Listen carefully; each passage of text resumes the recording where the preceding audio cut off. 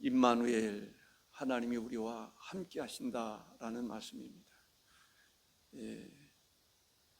하나님께서 우리와 함께 하시기 위해서 예수님도 보내시고 또 성령님도 보내시고 하나님은 우리와 함께 하기를 간절한 마음으로 원하고 계신 것을 볼 수 있습니다. 그런 하나님의 마음을 우리가 헤아리고 우리도 하나님께로 가까이 갈 수 있는, 사모하며 나갈 수 있는, 하나님께 달려갈 수 있는 그러한 성도들이 되시기를 바랍니다. 이사야서 55장 6절에 보면 너희는 여호와를 만날 만한 때에 찾으라, 가까이 계실 때에 그를 부르라 말씀하셨습니다. 만날 만한 때에 찾으라, 가까이 계실 때에 부르라.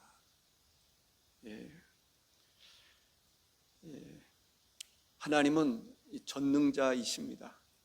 그렇기 때문에 우리를 얼마든지 만나 주실 수 있고 또 우리에게 구원을 베푸실 수 있는 분이십니다. 우리가 2026년도에는 우리 인간이 또 하나님 앞에서 해야 할 일들이 있지 않습니까? 하나님을 가까이 할 수 있기를 바랍니다. 정말 에녹이 하나님과 동행했다라고 그랬는데 주님과 동행하는 삶을 살아갈 수 있기를 바랍니다. 에덴 동산에서 하나님과 동행했으면 얼마나 좋았을까요?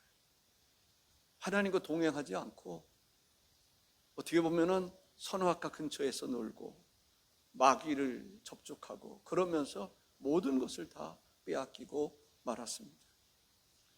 다시 하나님께서 우리에게 은혜를 주시지 않습니까? 예수 그리스도를 이 땅에 보내시고 우리 가운데 성령도 보내시고 우리와 함께 하기를 원하시는 것입니다. 우리도 하나님과 함께하는 그런 사모하는 성도들이 되시기를 바랍니다. 내가 하나님 안에, 하나님이 내 안에 거하는 그런 삶을 실제적으로 영적으로 날마다 경험하며 살아갈 수 있기를 바랍니다.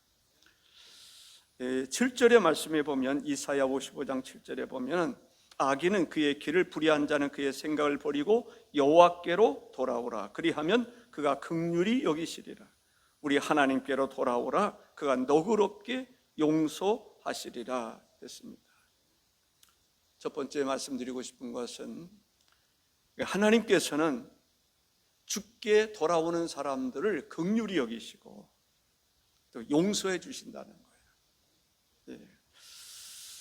우리는 하나님께로 돌아갈 수 있는 그런 사람이 되어야 될 줄로 믿습니다. 하나님께 돌아가면 하나님 우리를 긍휼히 여기시고 우리의 죄를 용서해 주시겠다 약속해 주시는 것을 볼 수가 있습니다. 우리 인간에게는 본성이 있는데 나쁜 본성이 있어요. 죄의 본성이 있습니다. 죄 짓지 말아야 되는데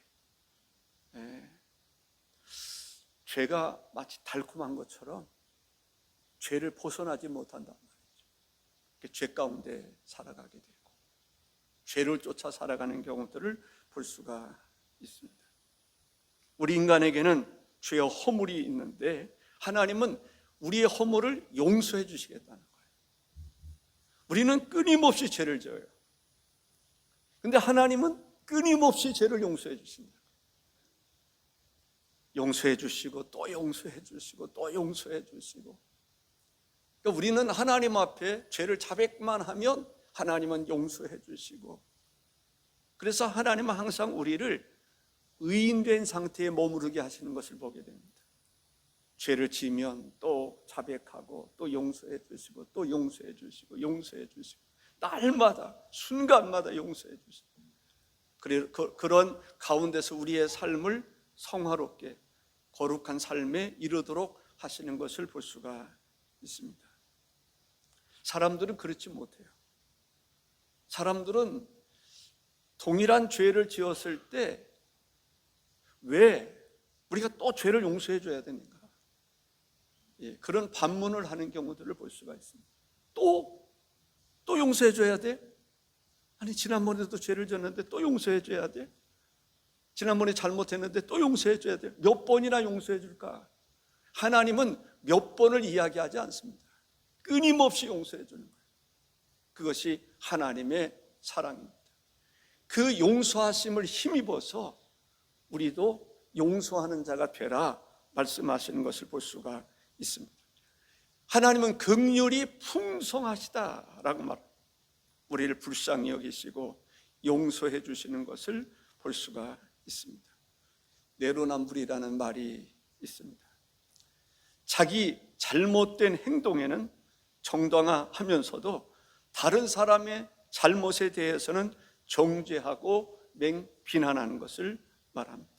이것이 사람과 하나님과의 차이가 있음을 볼 수가 있습니다. 우리가 용서할 때 비로소 사랑이 싹튼다는 거죠. 용서할 때 사랑이 생기는 거예요. 그래서 교회는 하나님의 용서를 받은 사람들 아닙니까? 하나님의 사랑이 무엇인가를 맛본 사람들이 기독교인들이란 말이죠. 우리도 다른 사람을 용서해 주시고 용서해 주고 또 용서하다 보면은 그 사람이 사랑스럽다. 무슨 얘기인지 이해가 되시죠? 용서해 주고 또 용서해 주고 죄를 지었을 때 막 정죄하고 그러면 사랑이 없어요. 사랑이 싹트지를 않아요. 그런 교회가 있다면 그 교회는 사랑이 없는 교회예요. 그런 사람이 없다, 그 사람이 없다면 사랑이 없는 거예요. 용서할 때 사랑이 싹트는 것을 볼 수 있습니다. 아멘. 물론 성경에 보면은 이 사랑할 때 허다한 죄를 덮는다라는 말씀이 있습니다. 베드로전서 4장 8절에 보면 무엇보다도 뜨겁게 서로 사랑할지니 사랑은 허다한 죄를 덮느니라. 사랑이 있을 때 하나님이 우리를 사랑하셔서 독생자 예수 그리스도를 보내셨고 우리의 죄를 담당하게 해 주셨습니다. 하나님의 사랑을 우리가 받은 사람들이에요. 하나님으로부터 용서함을 받은 사람들이에요. 우리가 다른 사람들을 용서할 때 하나님의 사랑이 생겨나는 것을 볼 수 있습니다. 그래서 우리는 끝없이 우리가 용서받은 것처럼 다른 사람 용서해주고 그러다 보면은 그가 사랑스럽고 그를 위해서 기도하게 되고 그를 위해서 축복하게 되는 것을 볼 수가 있습니다. 이 통해서 이야기하고자 하는 것이 바로 그런 것이지 않겠나라는 생각이 듭니다. 결국은 사랑과 용서는 한 몸과 같은 것이다 라고 이야기할 수가 있습니다. 떼놓고 생각할 수 없는 그런 관계에 있다라고 하는 것을 볼 수가 있습니다. 하나님께서는 악인과 불의한 자를 향해서 여호와께로 돌아오라고 말씀하시는 것을 보게 됩니다. 하나님께로 돌아오라. 그리하면 하나님께서 긍휼히 여기시리라. 그리하면 너그럽게 용서해 주시리라 라는 것입니다. 너그럽게 은혜가 풍성하신 하나님이십니다. 우리에게 용서해 주셨는데 아주 너그러운 마음으로 우리를 용서해 주신다는 거예요. 너그럽게라는 말은 차고 넘치도록 풍성한 것을 말합니다. 차고 넘치도록 하나님의 그 너그러우신 마음이 마치 차고 넘치도록 풍성하다는 거예요. 그러한 마음으로 우리를 용서해 주신다라고 하는 것을 볼 수가 있습니다. 우리는 용서할 때 인색함으로 용서하지 말자는 얘기예요. 하나님은 우리를 용서할 때 인색한 마음이 없으세요. 차고 넘치도록 풍성한 은혜 가운데 우리를 용서하신단 말이죠. 그러니까 용서할 때 후회함이 없는 거예요. 하나님은 용서하면서 즐거워하시고 용서하기를 원하시는 것을 볼 수가 있습니다. 왜? 하나님은 인간이 어떤 존재인가를 아시잖아요. 본질상 진노의 자녀일 수밖에 없음을 알고 있잖아요.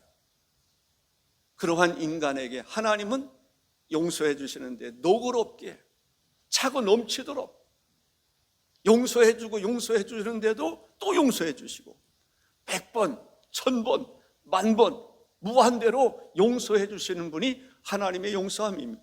우리도 그렇게 하나님으로부터 용서받았으니 다른 사람을 용서하잖아요. 어떤 사람이 용서할 줄 아는지 아세요? 바울 같은 사람은 용서가 가능해요. 뭐라고 이야기합니까? 자기 자신에 대해서 나는 죄인 중에 괴수라고 생각하는 거예요. 죄인 중에 가장 큰 죄인이 나라고 생각하는 거예요. 여러분들이나 나나 그런 생각 가져야 돼요. 세상에서 가장 악하고 가장 잘못되고 가장 죄인이 누구냐? 나라고 생각을 해야 돼요. 나는 그래도 좀 깨끗하고 청결하고, 그래서 다른 사람을 정죄하게 되는 것을 볼 수가 있습니다. 저도 어느 순간에 그 생각이 들더라고요. 세상에 나 같은 죄인은 없다. 아직도 덜 깨달은 것 같아요.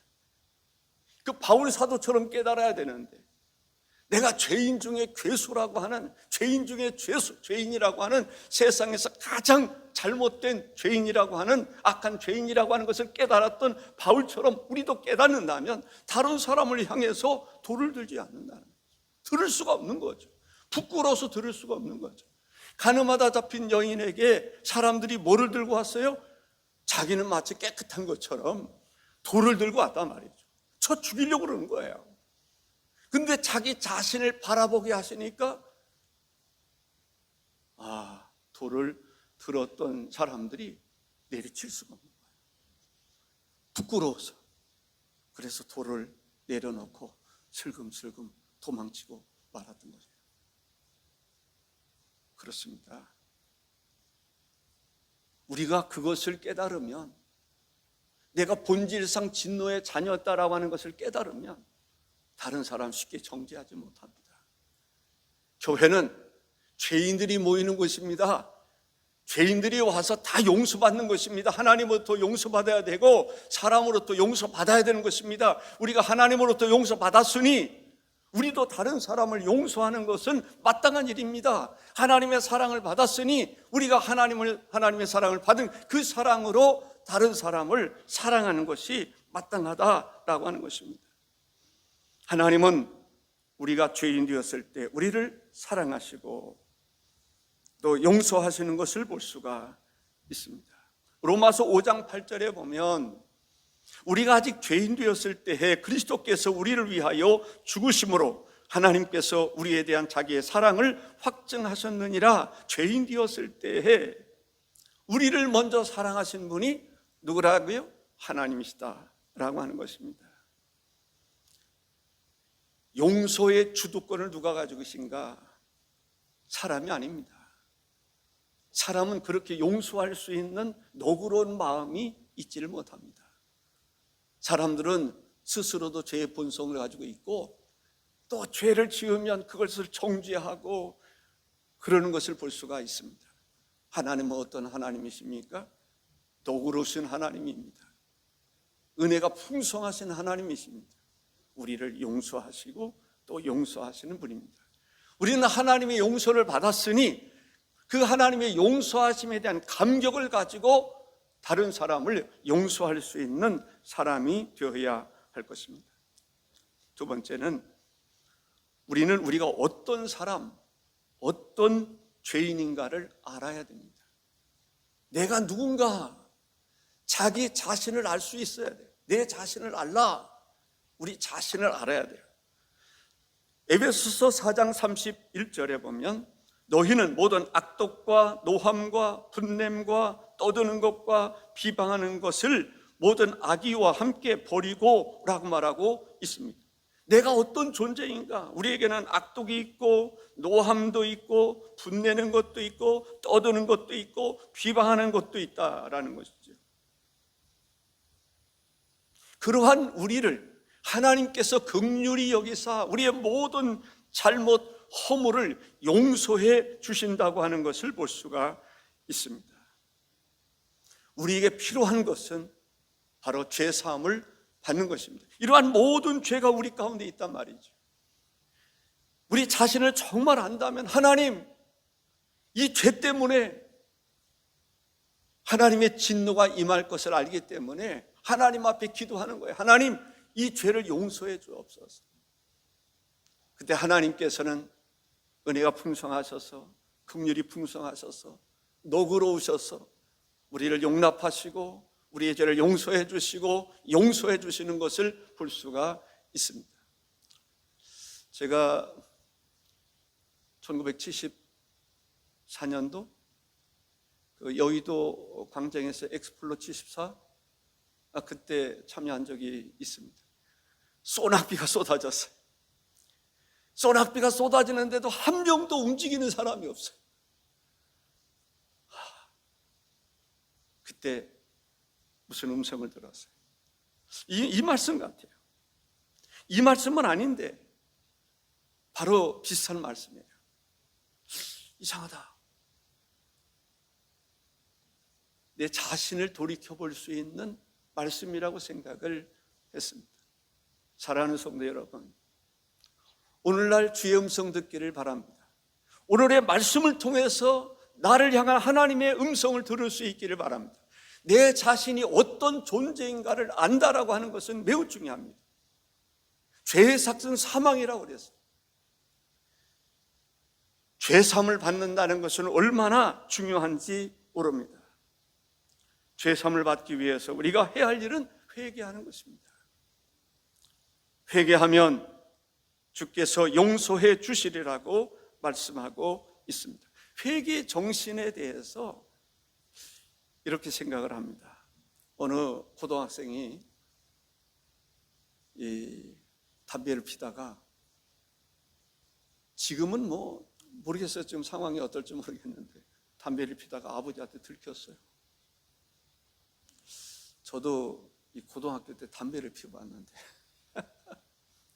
그때는 이 가다가 고등학생들이요, 가다가 누가 담배 피우다가 버리면 그거 갖다가 몰래 피워보기도 하고 아버지 담배 훔쳐다가 같이 나눠 피기도 하고 그랬어요.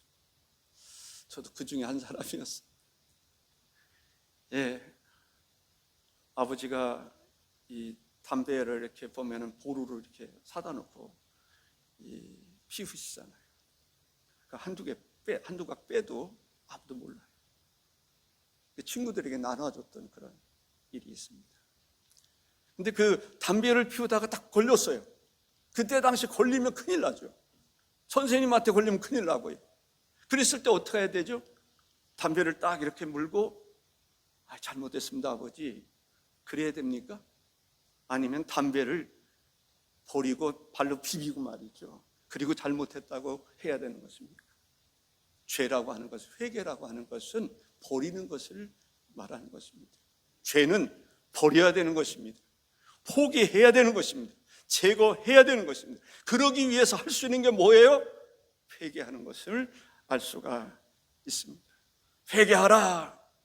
죄 때문에 사람들의 마음에 근심을 하게 되고 죄 때문에 질병을 가져오는 경우들도 있고, 이 죄라고 하는 것은 백해무익한 것입니다.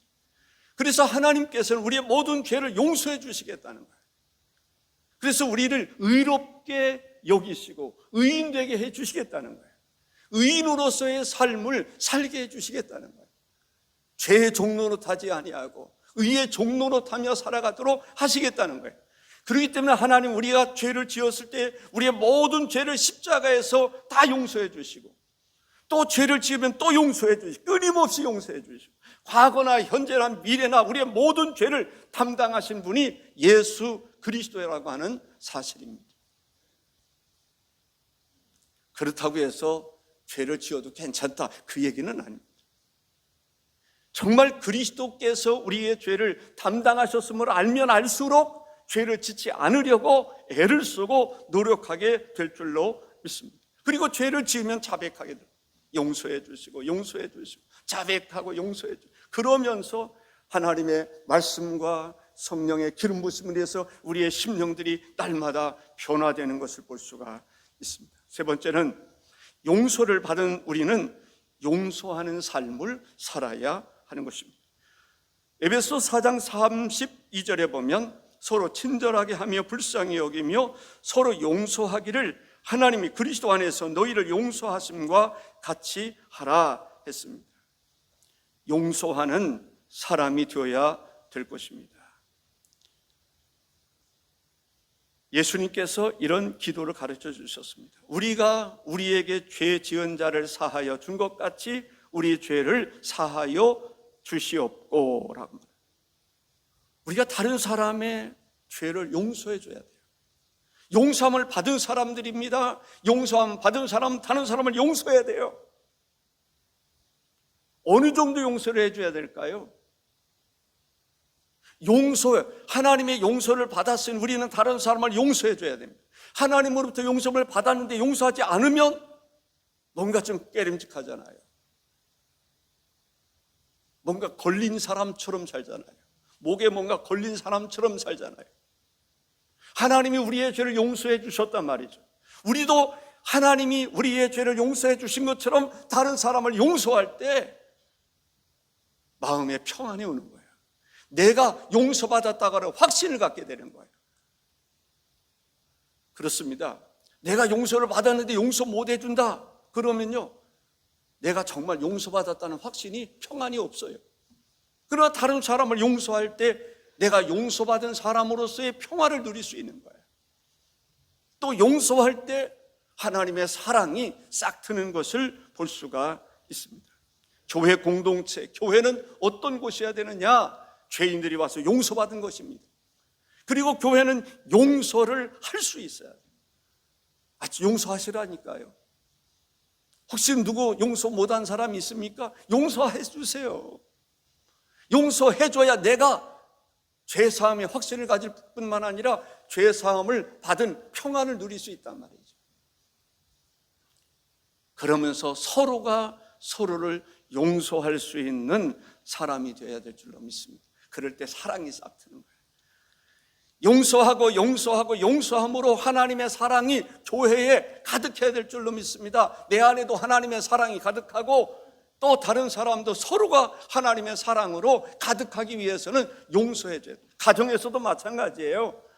사랑이 충만하려면 다른 거 없어요. 용서하는 거예요. 그리스도께서 나를 용서해 주신 것처럼 용서하는 거예요. 서로 용서하다 보면 서로가 사랑하게 되는 거예요. 아멘.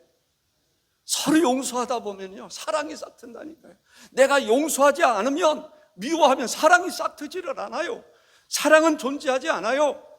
이론적인 것밖에는 존재하지 않아요. 중요한 것은 이론적인 게 아니라 실제적으로 사랑이 싹 트야 되는데, 교회도 마찬가지입니다. 용서해주고 진심 어린 용서가 있을 때 사랑이 싹 트는 거예요. 하나님은 사랑이라고 말하지 않았습니까? 사람들이 교회에 왜 나오려고 그래요? 사랑이 있기 때문에 나오려고 그러는 거 아닙니까? 그러기 위해서는 용서해줘야 돼요. 다른 사람의 허물을 들추려고 그러는 게 아니라, 구역 모임이 됐든지 어떤 모임이 됐든지 자기의 내면적인 것을 다 이야기 못해요. 왜 그럴까요? 소문날까 봐. 사람들이 자기 자식이라면 그렇게 하지 못해요. 근데 남이라고 생각하니까 허물을 말 들춘단 말이죠. 용서가 없는 거예요. 다시 우리가 반성할 수 있는 기회로 삼아서 우리가 용서하십시다. 용서하시기를 바랍니다. 하나님이 나를 용서해 주신 것처럼, 하나님이 나를 사랑하셨던 것처럼 사랑하는 사람들이 되어야 될 줄로 믿습니다. 다른 사람의 허물을 용서할 때 진정한 사랑을 할 수 있게 된다라고 하는 것을 볼 수가 있습니다. 용서, 결국 총회에서 말하고자 하는 것은 뭘까요? 용서가 없이는 사랑도 교회 부흥도 하나님의 역사도 없다라는 거예요. 그렇기 때문에 용서하는 자가 되라라고 하는 것입니다. 혹시 말씀이 끝난 다음이라도 다른 사람 용서하지 못한 사람이 있으면 오늘의 말씀 생각하면서 용서하시고 또 용서하시고, 용서가 안 되면 하나님이 나를 용서해 주셨던 그 은혜를 사모할 수 있기 바랍니다. 그래서 그 사랑으로, 그 은혜로 용서해 주었던 것처럼 용서할 수 있는 그러한 성도가 된다면 마음의 천국도 이루어질 것이고 하나님의 나라가 이루어질 것이고 우리가 가는 곳곳마다 하나님의 평강이 이루어질 줄로 믿습니다. 기도하십시다.